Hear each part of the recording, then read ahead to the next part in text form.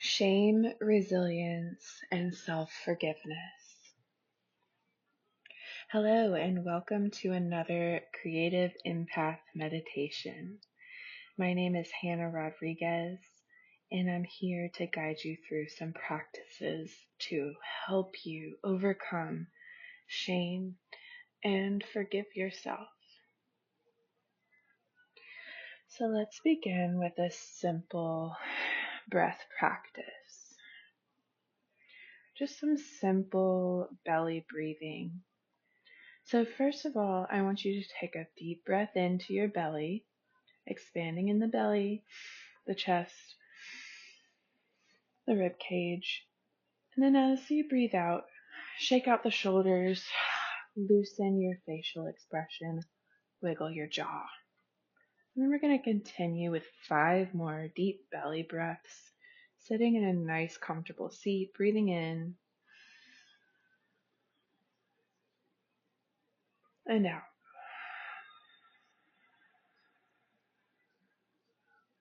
We're aiming for a count of 6 in, 6 out. Breathing in, breathing out.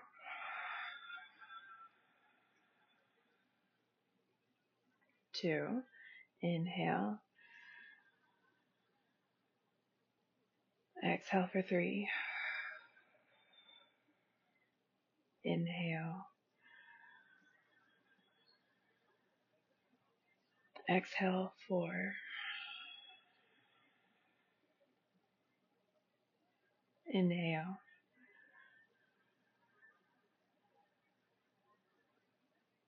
Exhale, 5.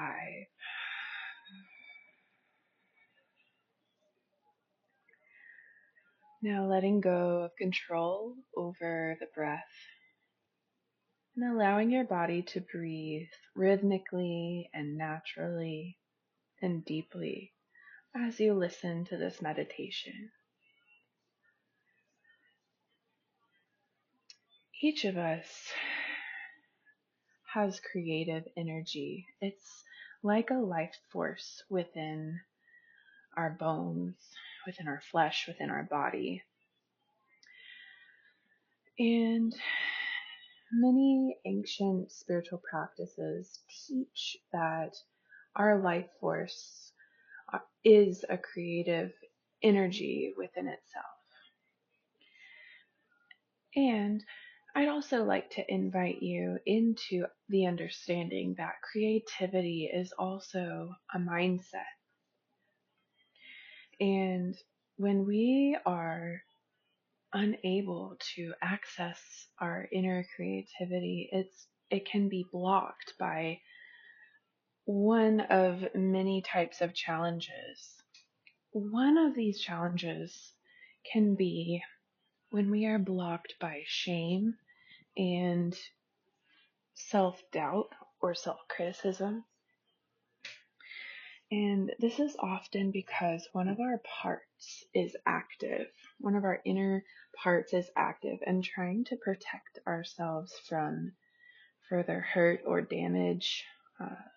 It's our inner critic is coming up saying, don't do that again. That was silly. That was dumb.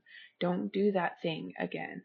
And oftentimes that the inner critic will come up really loud and create a lot of anxiety, self-doubt, confidence issues, shame, anxiety, maybe even depression. Whatever the symptomology is of your inner experience of this inner critic, I want you to just understand that you can put all of this stuff into the container of that is my inner critic coming up.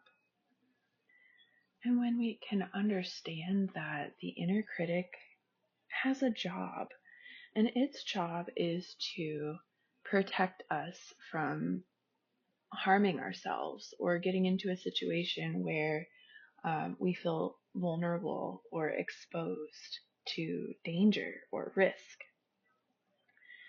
Well, you see, the problem is when the critic the inner critic is over functioning or overactive, it can stop us from doing the things that we actually want to be doing with our lives, and stops us from living a life according to our values. The inner critic will say, no, no, no, you can't possibly do that thing that you want to do. You're not good enough. You're going to fail. You're going to mess it up. You're going to get yourself into trouble here. And so I want to teach you some tools and techniques of dealing with your inner critic. But first of all, I want to say that we'll never fully get rid of the inner critic, and we'll never fully get rid of those feelings of self-doubt, shame, anxiety. Those are a part of the human experience, and those are actually quite normal emotions. But the issue is when they get out of balance, they become too strong and they overpower us. So what I want to teach you is first, let's begin with the intention of practicing mindfulness and self-compassion. So self-compassion is just the understanding of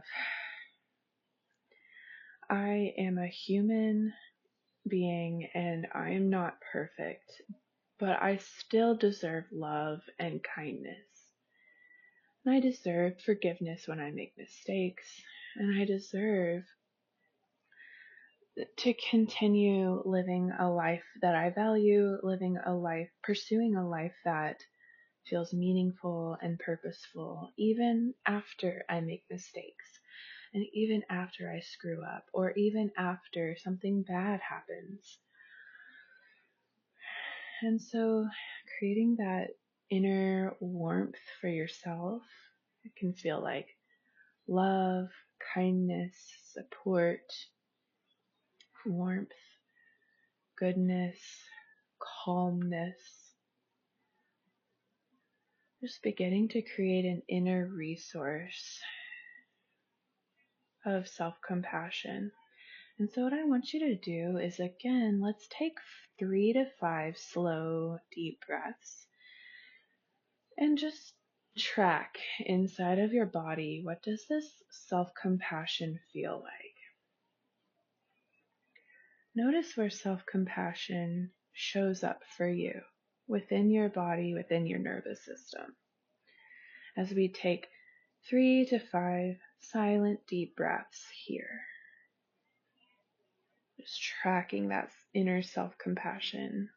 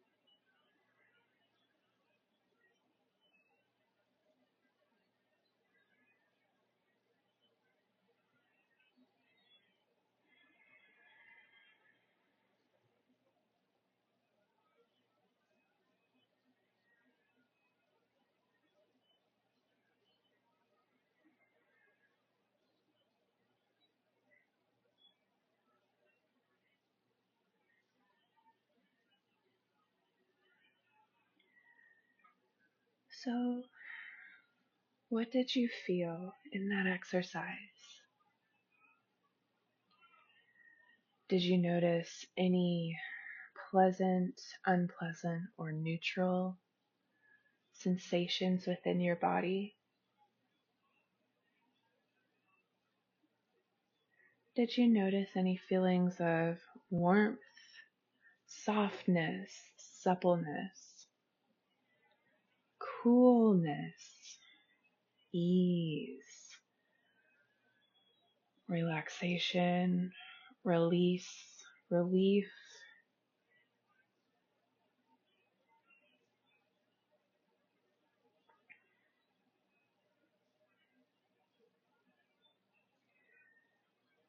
You can use this inner self-compassion resource anytime that the inner critic starts to show up and reminds you of your mistakes, your flaws, your failures, the past experiences that didn't go well, or trauma, or problems in your life that you don't have control over.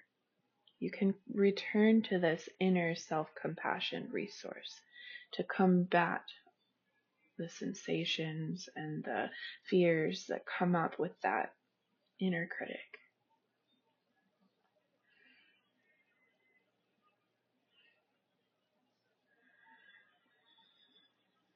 And next I want to talk about using mindfulness as a tool. So what we did was considered a mindfulness practice, but let's talk about what is mindfulness. Mindfulness is a practice, a tool, a resource of bringing your mind and body together, linking your mind and body through the breath, bringing your mind into the present moment. So we can use the five senses, we can use the breath, we can use a mantra, we can use a guided meditation, we can use something like yoga nidra, or any number of styles of meditation to bring ourselves into the present moment. What mindfulness does is it helps us to unhook from past experiences and the grief and the trauma and the pain of carrying the past as a burden on our shoulders right now in this moment. Knowing we can take the past off like a backpack. We can set the backpack down and we can sit right now, noticing the five senses, noticing the body, noticing the posture, noticing the breath, letting yourself be here now, and also letting go of future anxiety, worry, fear of what is to come in the future. And just allowing ourselves to replenish, like we're taking a cool drink of water, or we're nourishing ourselves with a healthy meal in this moment. And we're not thinking about anything that's going to come in tomorrow, right? We can take a mantra like allowing tomorrow to worry about tomorrow, and letting ourselves be here now in this present moment. And what we can do is we can, again, focus on nourishing, nurturing, resourcing, grounding, self-regulating, meeting the needs of our mind and body right here and now, and just allowing ourselves to find pleasure and joy and feeling a sense of calmness, feeling a sense of groundedness, feeling a sense of rootedness in this present moment.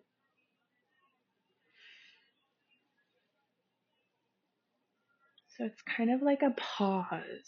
Mindfulness is like a pause between the stimulus and the response.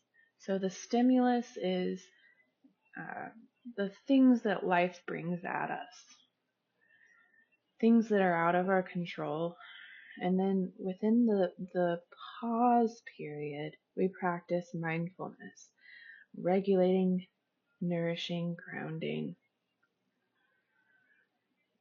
focusing on what we have control over, and then letting go of what we don't have control over.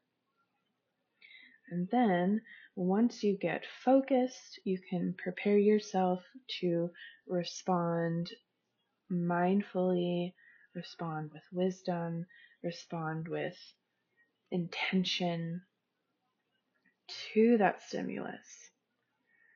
So instead of focusing on the fear and the overwhelm of what the problem creates within your system, you can pause, practice mindfulness, and focus on a solution oriented response. So we're engaging both the logical side of the mind and the emotional side of the mind together in what we call wise mind, and responding to the issues that come up in life. So that's some thoughts about mindfulness. So I'm going to ask you a self-reflective question. What does mindfulness mean to you today in your life?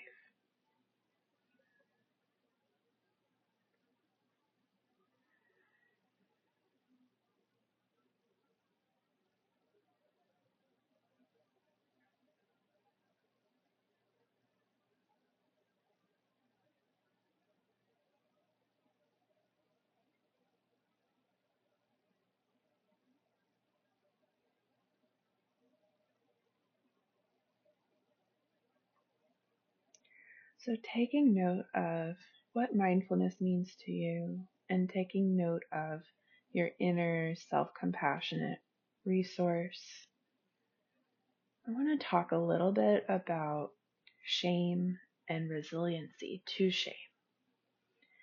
So shame is one of the most triggering, painful experiences that a human being can have in their life. And most of us experience shame at some point to some extent. And what shame is, it's an emotional response to rejection. And the reason that we experience shame is because we are communal, tribal, social creatures. And throughout the millennia of our ancestral evolution, human beings have needed a tribe or a village or a community. And it's been very important to our survival to stay connected to our tribe. And even as a small child in our family of origin, it is very important that we stay connected to our family, because our family is our tribe. Our tribe is the community that helps us meet our needs and protects us from the scary, bad things like the lions, tigers, and bears that inevitably try to come at us. So our family or our tribe helps to provide for our needs. And those can be our physical needs, like our need for nourishment and warmth and shelter, clothing. It can also be our emotional need, our need for love and support and acceptance. And it can also be other needs as well. Human beings have a large set of needs to fulfill within our lifetime. And we are most likely to be able to meet our needs and have greater success if we are able to stay in connection to our community. And however, there are times when we experience disconnection, disruption, even rejection from our communities. And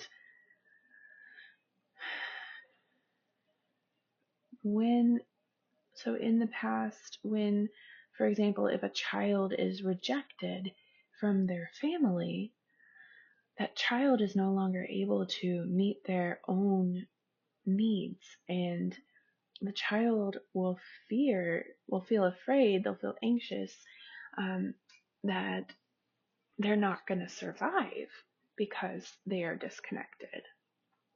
And if the family no longer loves and cares for them, they don't have a very high likelihood of survival in this world. And so a child will feel great shame if they are feeling rejected or neglected in some way. And it's the same thing throughout, our ancestral history. Um, there's evidence within, historical documents that people were sometimes rejected and kicked out of the tribe or the community, and those people had a very low likelihood of survival. And if they did survive, they would greatly struggle and suffer if they were outside of the tribe and outside of the community. And we also see that today with the large homeless population in our world. And unfortunately, what really stinks is that uh, those people who are experiencing homelessness, they often have been rejected in some way from their communities, and they have a very difficult time meeting their own needs for many reasons. And unfortunately, our society still hasn't been able to solve those types of problems, the problems of homelessness, the problems of poverty, the problems of hunger. For whatever reason, we haven't been able to solve those problems. So when we find ourselves being rejected from our community, we start to feel anxiety, we start to feel shame, like, oh, I'm bad, I'm wrong, I did something wrong, I'm worthless, and therefore I don't deserve love, connection, support, nourishment, and I'm afraid that I'm not going to survive in this world because I'm disconnected from my community, from my loved ones, from my family. And so that is why shame is one of the most painful, triggering, and difficult emotional experiences to overcome. And so if you're there, if you're experiencing shame for whatever reason, what I want you to hear from me is this: it's not your fault. No matter where you've been or what's happened to you, you can still forgive yourself. You can still move towards loving yourself and overcoming the issues that have led to the way that you're feeling right now. Now, of course, this is not a permission slip to go and do wrong things that cause harm to yourself or others. But I do want to say there's a difference between who you are and what you've done in the past. So if there's something that you've done wrong or a mistake or a failure, you can forgive yourself and you can start to, again, move towards changing those behaviors and having compassion for yourself, the person that you are.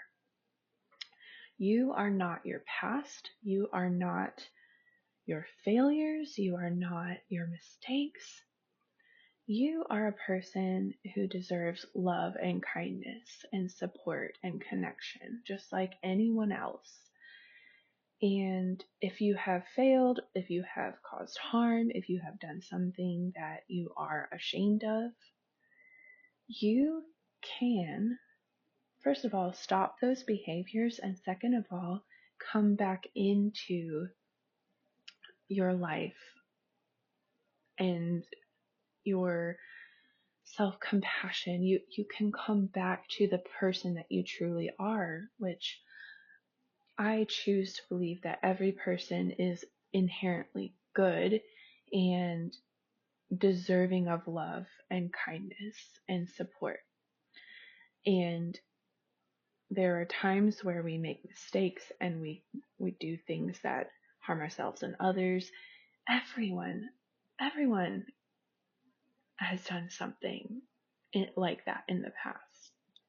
But we can always change our habits and behaviors, and we can come back to that loving, good, self-compassionate person that I know you are, right? And the first step on that journey is, taking stock of what happened. And then the second step is forgiving yourself. And then the third step is sustaining change so that you can come back into health and wholeness and connection.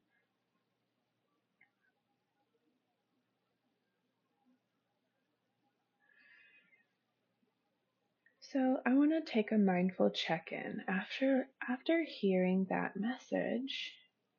What are you feeling in your mind and body right now? Notice any sensation, pleasant, unpleasant, or neutral.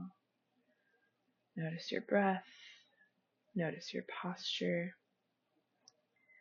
Can you feel the ground supporting you? Maybe you wiggle your toes and feel the hardness of the earth under your feet. Maybe you check in with the five senses. If you're noticing yourself becoming more emotional in this moment, if you notice yourself having difficulty staying present or you're dissociating, I want to bring you into self-compassionate awareness again, and just take a few deep breaths. Again, just feeling yourself supported by the ground. And let's work on self-regulation, right?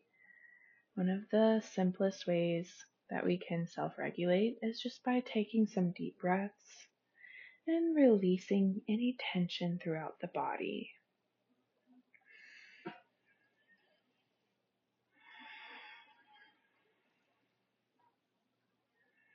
And coming into the present moment, becoming mindful. And then again, finding that inner resource of self-compassion and tracking that sensation within your body, knowing that you can hold two sensations at once. You can hold two ideas at once. You can feel a lot of pain, trauma, or shame on one hand, and you can also feel grounded and rooted and mindful and self-compassionate and kind. You can feel both things at once, and it's okay if they don't feel like they go together. They might feel discordant. And I just want to ask you, if you feel discordant between those two sensations, to just allow yourself to sit with that discordant feeling, and let it be as it is. No need to change it. No need to fight it. Just letting yourself be as it is. You're training your body and your brain and your nervous system to rewire and to focus on, first of all, containing those negative emotions around shame and trauma, and you're training your nervous system to upregulate positive emotions and positive sensations through that felt inner well-being resource of self-compassion.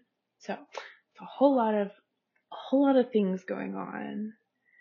So I would invite you again to just take some deep breaths, slow it down, take in as much as you can for today, and leave the rest, knowing you can always return to this meditation